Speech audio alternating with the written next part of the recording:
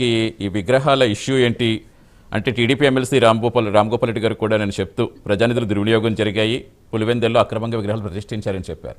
అంటే మెయిన్గా ఇప్పుడు 2000 ఈ విగ్రహాలను ఎప్పుడు ప్రారంభమనుకోవచ్చు, ఇప్పుడు అక్రమంగా ఎక్కువగా అప్పుడు సెంటిమెంట్ని ఎమోషనల్గా మార్చుకుని ప్రజల్లో భావోద్వేగాలు రగిలించి చాలా విగ్రహాలు పెట్టడానికి కారకులు అయ్యారు. ఇప్పుడు అవే అడ్డంకిగా మారుతున్నాయా?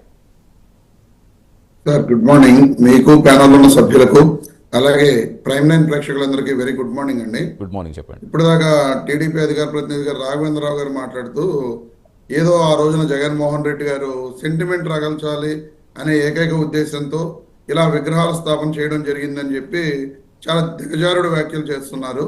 ఆ రోజున రాజశేఖర రెడ్డి గారు చనిపోయిన రోజున ఈ రాష్ట్రం అంతా కూడా అసలు ఆ బోరును విలపించింది. ఏడవని ఇల్లు లేదు. ఆ రోజున అందరికీ తెలుసు ఆ విషయాన్ని. ఈ రోజున రాఘవేంద్రరావు గారు ఇంత దిగజారి మాట్లాడతారని చెప్పి నేనైతే అనుకోలేదు. ఎందుకంటే రాజశేఖర రెడ్డి గారు అనే వ్యక్తి 5 ఏళ్ల పరిపాలనలో లబ్ధి పొందని ఇల్లు లేదు. ఏదో ఒక లబ్ధి అనేది అది ఆరోగ్యశ్రీ ద్వారా కానీ, ఫీజు రియంబర్స్మెంట్ ద్వారా కానీ, 108 ద్వారా కానీ, లేదా ఇంకో ద్వారా కానీ ఏదో ఒక లబ్ధి పొందిన కుటుంబం అనేది ఈ రాష్ట్రంలో లేనే లేదు. అటువంటి మహానేతను పట్టుకుని ఏదో ఆయనకి ఏదో చరిష్మా లేనట్టు, ఆయన చరిష్మా లేని నాయకుడిగా జగన్మోహన్ రెడ్డి గారు తన స్వార్థం కోసం సెంటిమెంట్ని రగిల్చాలనే ఉద్దేశంతో డబ్బులు ఇచ్చారంట, విగ్రహాలు పెట్టించారంట.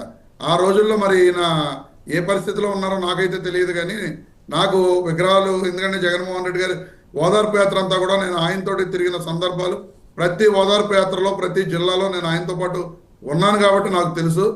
వాడవాడలా ప్రతి చోట కూడా ప్రజలు స్వచ్ఛందంగా ఎవరికి వాళ్ళు విగ్రహాలు ఏర్పాటు చేయడం జరిగింది తప్ప ఎక్కడా కూడా జగన్మోహన్ రెడ్డి గారు ఒక్క రూపాయి ఇచ్చిన దాఖలాలు ఏమీ లేవని చెప్పి ఈ సందర్భంగా రాఘవేంద్రరావు గారికి నేను తెలియజేసుకుంటున్నాను. అలాగే ఇప్పుడు ఆయన చెప్తున్నారు, మేము ఎవరి విగ్రహం అయినా సరే, ఎన్టీ రామారావు గారిదైనా సరే, లేదా రాజశేఖర రెడ్డి గారిదైనా, రంగా గారిదైనా సరే, లేకపోతే ఎవరో అయినా సరే అక్రమ విగ్రహాలు ఉంటే వాటన్నిటిని కూడా తీసేయమని చెప్పి మేము చెప్తున్నాము తప్ప మా ప్రభుత్వం ఏమి ఒక ఇన్నర్గా మీ యొక్క ఫీలింగ్ వైఎస్ రాజశేఖర రెడ్డి గారి విగ్రహాలని తొలగింపు అనేది ఈ రాష్ట్ర వ్యాప్తంగా ఉన్న ప్రజలందరికీ ప్రస్ఫుటం. ఎందుకంటే మీ రాజకీయ అవసరాల కోసం ఈ రోజున ఎంతకైనా దిగజారే మనస్తత్వాలు కలిగిన మీ నాయకులు ఏ విధమైన ప్రవర్తిస్తారో ఈ రాష్ట్రంలో ఉన్న ప్రజలందరికీ తెలుసు. వైఎస్ఆర్ కాంగ్రెస్ పార్టీ నాయకులకి, కార్యకర్తలకి అందరికీ తెలుసు. ప్రత్యేకంగా దాని గురించి మనం ఏం చెప్పుకోకర్లా. ఎందుకంటే ఆయన చెప్తున్నారు భూమిరెడ్డి ఇష్యూ ఎందుకు వచ్చింది, ఎమ్మెల్సీ భూమిరెడ్డి రామ్ గోపాల్ రెడ్డి గారు పులివెందుల్లో ప్రభుత్వ నిధులు దుర్వినియోగం చేసి విగ్రహాలు ఏర్పాటు చేయడం జరిగిందనే చర్చ మీద బీసీ జనార్దన్ రెడ్డి గారు మంత్రి గారు రాష్ట్రంలో అనధికారికంగా 2524 విగ్రహాలు ఉన్నాయని చెప్పి ఇప్పుడే రాఘవేంద్రరావు గారు కూడా చెప్పడం జరిగింది. నేషనల్ హైవే మీద 38 ఉన్నాయి, స్టేట్ హైవే మీద 815 ఉన్నాయి, 1671 విగ్రహాలు మిగతా రోడ్స్ మీద ఉన్నాయని చెప్పి ఆయన చెప్పడం జరిగింది. మరి వీటిల్లో నిజంగా ఆయన దగ్గర అంత సమాచారం ఉన్నప్పుడు వాళ్ళది ప్రభుత్వం, ఎన్టీ రామారావు గారి విగ్రహాలు ఎన్ని ఉన్నాయి, రాజశేఖర రెడ్డి గారి విగ్రహాలు ఎన్ని ఉన్నాయి, రంగా గారి విగ్రహాలు ఎన్ని ఉన్నాయి, లేదా ఇతర ఇప్పుడు ఆయన చెప్తున్నట్లుగా స్వతంత్ర సమరయోధుల విగ్రహాలు ఎన్ని ఉన్నాయి, ఇలాంటివన్నీ కూడా చెప్పుంటే మేమందరం కూడా సంతోషిద్దాం. చెప్పకుండా కేవలం బురద చల్లాలి, వైఎస్ రాజశేఖర రెడ్డి గారి టార్గెట్ గా ఏదో వేల విగ్రహాలు ఉన్నట్లుగా ప్రజలకు చూపించాలనే ఏకైక ఉద్దేశంతో కేవలం నెంబర్ చెప్పి ఎవరి విగ్రహాలు ఎన్ని ఉన్నాయి అనేది వాళ్ళు చెప్పకపోవడం అనేది అటు శోచనీయం. అంటే రమేష్ గారు ఇక్కడ ఒకవేళ చెప్పకపోయినా రేపు నిజంగా ఇది కలెక్టర్ల ఆదేశాలు ఇచ్చి ఆ విగ్రహాలు తొలగింపు వరకు వస్తే నిజంగా అది అనుమతితో ఉన్న విగ్రహం అయితే తొలగించే రైట్స్ వాళ్ళకు ఉండవు కదా. అనుమతి లేకుండా ఉంటే ఏ విగ్రహమైనా తొలగించాల్సిందేనా సార్? గతంలో ఎప్పుడో కూడా నాకు తెలిసినంత వరకు ఎన్టీ రామారావు గారి విగ్రహాలు కూడా ఈ రోజుకి కూడా ఓపెన్ చేస్తున్నారు. ఎక్కడ విగ్రహాల పర్మిషన్స్ తీసుకుంటున్న దాఖలాలు లేవు. ఎందుకంటే జనరల్ గా గ్రామ పంచాయతీల్లో పార్టీల వాళ్ళు ఎవరో కూడా ఎవరి విగ్రహాలు ఎవరో పెట్టుకున్నా సరే ఎవరు అబ్జెక్ట్ చేయరు. ఒకళ్ళకొకళ్ళు కలిసిమెలిసి పోతా ఉంటారు. ఎన్టీ రామారావు గారి విగ్రహం టీడీపీ వాళ్ళు పెట్టుకుంటా ఉంటారు, రంగా గారి విగ్రహం కాపు సోదరులందరూ పెడతా ఉంటారు, లేదా ఈ రోజున ఎవరైతే రంగా గారిని ఓన్ చేసుకుంటా ఉంటారో వాళ్ళందరూ పెట్టుకుంటా ఉంటారు. అలాగే వైఎస్ రాజశేఖర రెడ్డి గారి విగ్రహాలని వైఎస్ఆర్ కాంగ్రెస్ పార్టీ పెడతానే ఉంటుంది.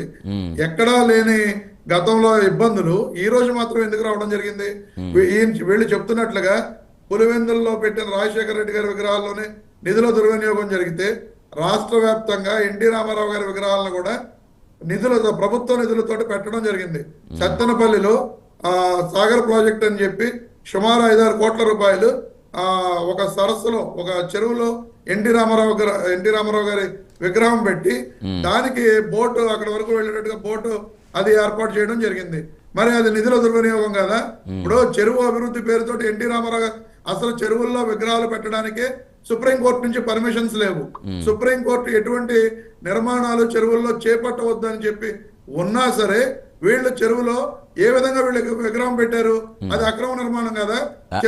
అదే రమేష్ గారు, ఇప్పుడు ఆ పాయింట్ మనం మాట్లాడుకుంటే కాదు రమేష్ గారు, మీరు చెప్పినట్టు కూడా రంగా గారి విగ్రహాలు ఉన్నాయి, రామారావు గారి విగ్రహాలు ఉన్నాయి, రాజశేఖర విగ్రహాలు ఉన్నాయి.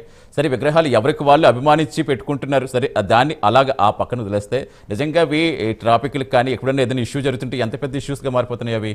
ఒక కులాలకి, మతాలకి, పార్టీలకి ఇన్ని రకాల ఇష్యూస్ వస్తున్నాయి కదా. నిజంగా మనం అభిమానించే నాయకుల విగ్రహాలని పెట్టుకోవడంలో తప్పులేదు, కానీ అవి ఇన్ని గొడవలకు కారణమవుతున్నప్పుడు దాని మీద యాక్షన్ తీసుకోవడంలో తప్పు ఉందంటారా? అది ఎవరి విగ్రహాలన్నా కావచ్చు. గత 5 సంవత్సరాల్లో కానీ అంతకు ముందు కానీ ఎప్పుడైనా సరే నిజంగా ట్రాఫిక్ ఇబ్బంది వచ్చే పరిస్థితులు ఏర్పడితే ఖచ్చితంగా దాన్ని తొలగిస్తారు. దాన్ని తొలగించడానికి ఎవరు కూడా అబ్జెక్షన్ చెప్పరు. ఎందుకంటే లోకల్లో వాళ్ళందరూ కూడా అగ్రీ అవుతారు. ఎందుకంటే అది ఇబ్బంది పడుతున్నాం, ట్రాఫిక్ ఇది ఇబ్బందికరంగా ఉందని చెప్పి అందరూ కూడా స్వాగతిస్తారు. అలా కాకుండా ఈ రోజున కక్షపూరితంగా ఎక్కడ రాజశేఖర రెడ్డి గారి విగ్రహాలున్నా అనుమతులు లేని రాజశేఖర రెడ్డి గారి విగ్రహాలని తొలగించాలనే ఏకైక లక్ష్యంతో ఈ ప్రపోజల్ తీసుకొచ్చారు. సరే భవిష్యత్తులో దీని పరిణామాలు ఎలా ఉంటాయి అనేది అందరం కూడా చూస్తాం. అదే కాదు ఎస్ రమేష్ గారు, ఇప్పుడు అలా అనుకోవడం కనుక కాదు. ఇప్పుడు అనుమతి లేకపోతే అది ఎవరి విగ్రహాలన్నా కానీ ఒక రాజశేఖర విగ్రహాలు ఎవరు ఊరుకోరు కదా. అలా తొలగిస్తే ఏ పార్టీ కూడా దాన్ని తీసుకోలేదు. ఆ ట్రాన్స్పరెన్సీ ఉండాలి కదా. ఎస్ ఇప్పుడు అడ్డంకులు లేకుండా ఇబ్బందులు లేకుండా ఉన్న విగ్రహాలని తొలగించవలసిన పరిస్థితి ఏముంది? ఇబ్బంది లేకుండా ఉన్న విగ్రహాలను తొలగించవలసిన పరిస్థితి ఏముంది? నిజంగా ఇప్పుడు ఒక రోడ్డు ఉందండి, ఆ రోడ్డు మధ్యలో ఉన్న విగ్రహం కారణంగా ట్రాఫిక్ ఇబ్బందులు కలుగుతున్నాయని చెప్పి వీళ్ళు చూపించి తొలగించారంటే ఎవరైనా దాన్ని సహితము అంటారు. అలా కాకుండా ఉన్న విగ్రహాలన్నింటినీ, అనుమతులు లేని విగ్రహాలన్నింటినీ మేము తొలగిస్తాం, అవి అడ్డంకులు లేకుండా ఉన్నా సరే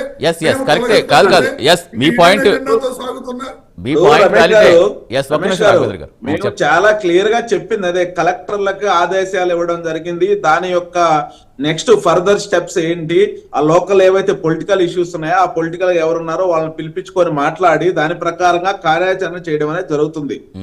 ఈ రోజు ఇప్పటికిప్పుడు ఓవర్ నైట్ లో రాజశేఖర రెడ్డి గారి బొమ్మలే తీస్తారు అని చెప్పి మేము ఎక్కడ చెప్పలేదు.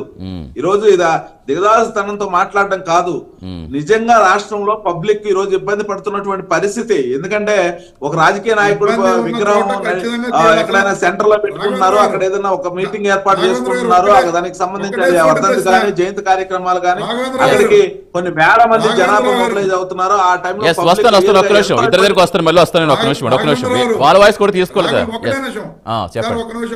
రాఘవేంద్రరావు గుంటూరు జిల్లా సత్తెనపల్లిలో చెరువులో ఎన్టీ రామారావు గారి విగ్రహాన్ని ప్రభుత్వ డబ్బుతో పెట్టారు. చెరువులో విగ్రహాలు కానీ ఎటువంటి నిర్మాణాలు చేపట్టకూడదు అనేది సుప్రీంకోర్టు యొక్క ఆర్డర్. ఆ విగ్రహాన్ని మీరు తొలగిస్తారా? దానికి సమాధానం చెప్పండి. అదే చెప్తుంటే రమేష్ గారు ఇప్పుడు కలెక్టర్లకు ఆదేశాలు ఇచ్చారు, కలెక్టర్ ఎటువంటి యాక్షన్ తీసుకుంటారు దాన్ని బట్టి మళ్ళీ తర్వాత ఎలాగో ఉంటుంది. ఎందుకంటే రైట్ లక్ష్మీకాంత్ గారు మీరేం చెప్తారు? నమస్తే.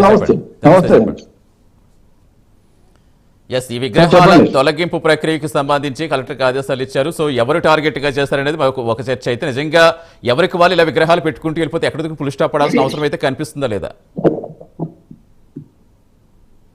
సార్ ముందు ప్యానల్ సభ్యులకి ప్రైమ్ లైన్ వీక్షకులకు అందరికీ నమస్తే అండి. నమస్తే, చెప్పండి. నా వాయిస్ క్లారిటీగా ఉందా సార్? ఎస్, క్లారిటీగా ఉంది, చెప్పండి. సార్ ఇక్కడ నాయకులు చరిష్మా గురించి పక్కన పెడితే అండి, ఇక్కడ మనం మాట్లాడుకునేది ఏంటంటే విగ్రహాల గురించి మనం మాట్లాడుతున్నాం. అవును, ఈ విగ్రహాల సంస్కృతి అనేది దేశవ్యాప్తంగా ఫస్ట్ తీసుకొచ్చి